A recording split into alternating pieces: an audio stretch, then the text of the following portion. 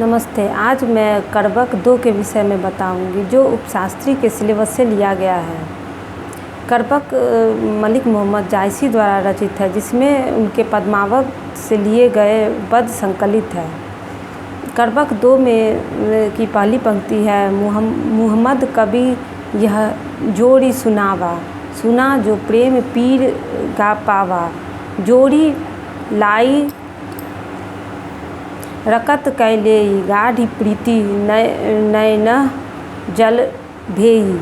यह पंक्ति मलिक मोहम्मद जायसी द्वारा रचित महाकाव्य पद्मावत का अंश है, जिसमें कवि कहते हैं कि मैंने इस कथा को जोड़कर सुनाया है और जिसने भी इसे सुना है उसे प्रेम की पीड़ा का अनुभव हुआ है। अर्थात कवि कहते हैं कि जिस प्रकार मकान बनाने के लिए कई ईंटों को जोड़ा जाता है और उसमें बहुत मेहनत लगता है, वैसे ही मैंने भी इस ग्रंथ को गढ़ा है। मैंने इस काव्य को रक्त की लय लगाकर जोड़ा है। जिस प्रकार ईंट की जुड़ाई करने में सीमेंट, बालू आदि की ज़रूरत पड़ती है, उसी प्रकार कवि कहते हैं कि मैंने भी इस काव्य को रक्त की लय लगाकर जोड़ा है और गाढ़ी प्रीति को आंसुओं के जल से भिगोया है। अर्थात गाढ़ी प्रीति अर्थात प्रेम के आंसुओं के जल से सींच कर इसकी रचना की है। औ मन जानी कबित असकिन्हा, मकु यह रहे जगत महचिन्हा, कहाँ सो रतन सेन अब राजा, कहाँ सुगा अब बुद्धि उपराजा, कहाँ अलाउद्दीन सुल्तान, कहाँ राघव ये किन्न बखान, कहाँ स्वरूप पद्मावती रानी, कोई न रहा जग रही कहानी। यह पंक्ति भी जायसी द्वारा रचित पद्मावत का ही अंश है, जिसमें कवि कहते हैं कि मैंने यह विचार करके निर्माण किया है कि शायद मेरे मरने के बाद संसार में यह मेरी यादगार के रूप में रहे। वह राजा रतन सेन अब कहाँ है? कहाँ है वह सुगा जिसने राजा रत्न सेन के मन में ऐसी बुद्धि उत्पन्न की? कहाँ है वह अलाउद्दीन और कहाँ है वह राघव चेतन जिसने अलाउद्दीन के सामने पद्मावत का रूप वर्णन किया? कहाँ है वह लावण्यवती लन्ना रानी पद्मावती? कोई भी तो इस संसार में नहीं है, केवल उनकी कहानियाँ बची है। जायसी पद्मावत के विषय में यहाँ कहते हैं कि वह सुगा जिसका नाम हीरामन तोता था, वह जो पद्मावती के रूप का वर्णन करता है राजा रत्न सेन के सामने, वह भी अब नहीं है।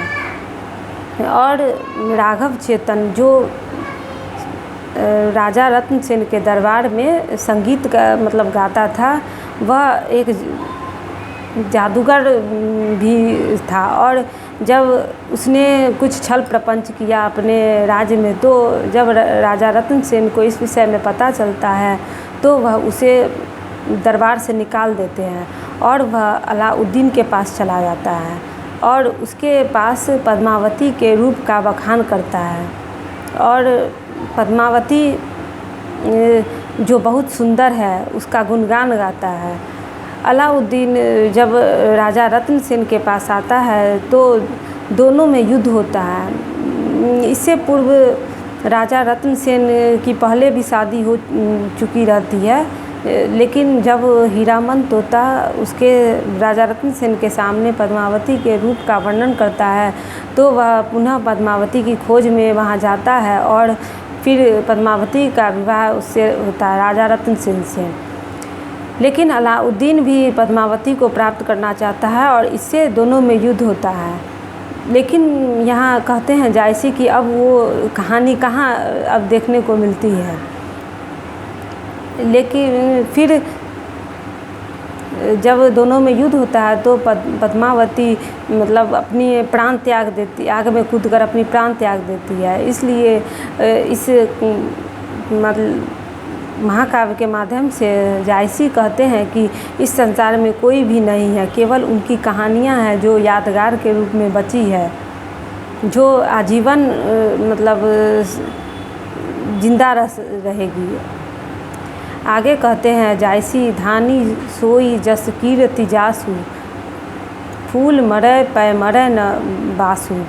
यह पंक्ति भी पद्मावत का अंश है, जिसमें कवि कहते हैं कि वह पुरुष धन्य है जिसकी कीर्ति और प्रतिष्ठा इस संसार में रह जाती है, जिस प्रकार फूल के मुरझा जाने पर उसका सुगंध रह जाता है।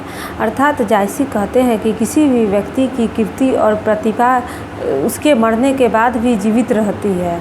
जैसे फूल तो मुरझा जाते हैं, झड़ जाते हैं, पर उसका सुगंध रह जाता है। इसी का उदाहरण जायसी प्रस्तुत करते हैं। केई न जगत जस बेचा, केई न लिन्न जस मूल, जो यह पढ़े कहानी हम सबरै दुई बोल।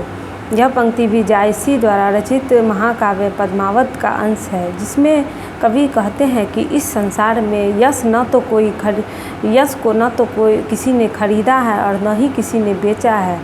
कवि कहते हैं कि यश ऐसी चीज़ है जिसे कोई भी व्यक्ति न खरीद सकता है न बेच सकता है, बल्कि उसे ग्रहण कर सकता है, वह अर्जित की जाती है।